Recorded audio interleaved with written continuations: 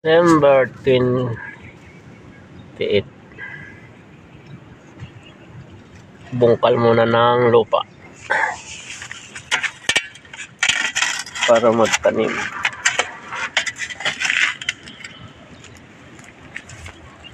Kung ano na lang ang itanim natin dito.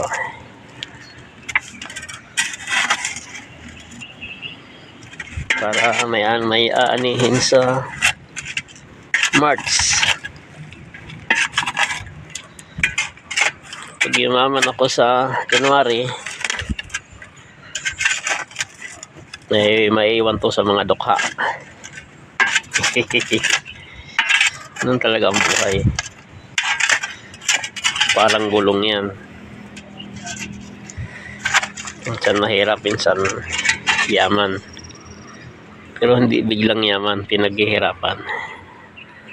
Ba? Kalipas ang 1.5 oras. Ilan? 1, 2, 3, 4, 5, 6, 7, 8, 9, 10, 11, 12, 13. Lucky 13 na puno. Sa March pa mag-aani. Isipin mo 3 buwan. Okra, bansot, may talong pa. Gabi naka-recover na mula sa pag-harvest. Abangan kung ano ang bunga nito. Ang palaya, kamusta na ba? Uy,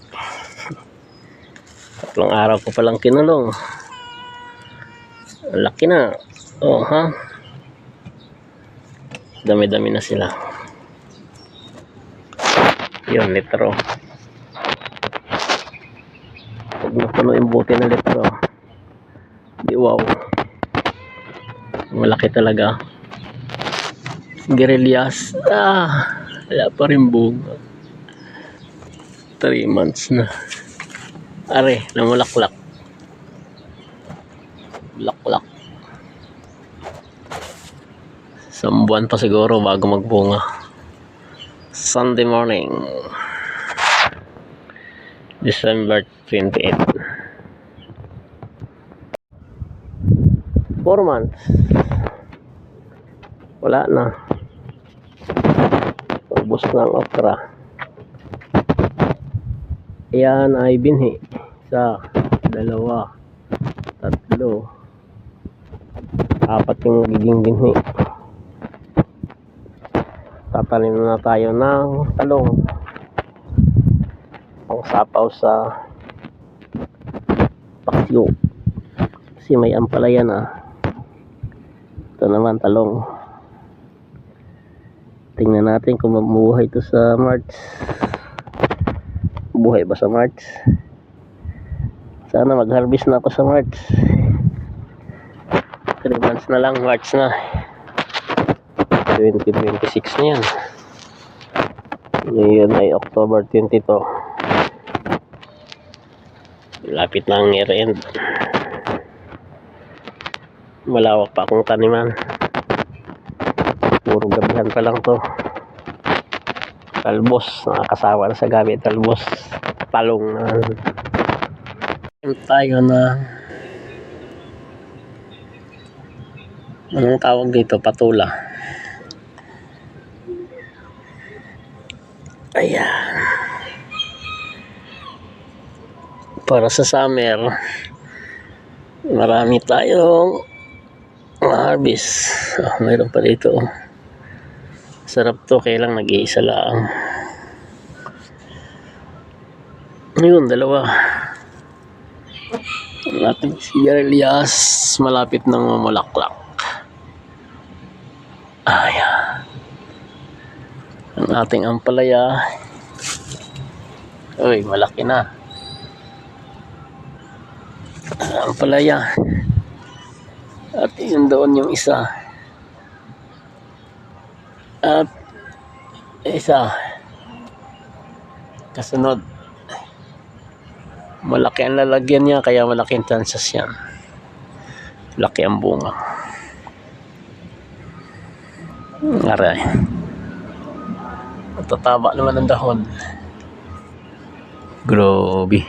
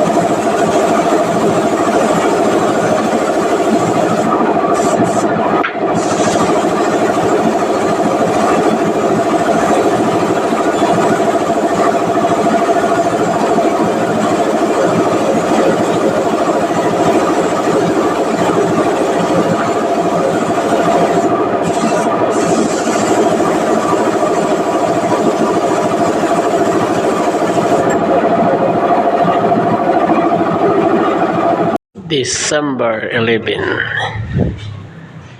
Ari na ang kaganapan ng bagong office.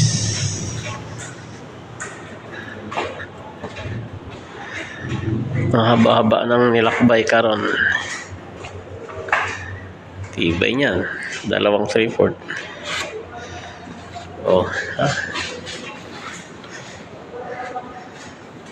Tingnan ko lang, hindi titibay.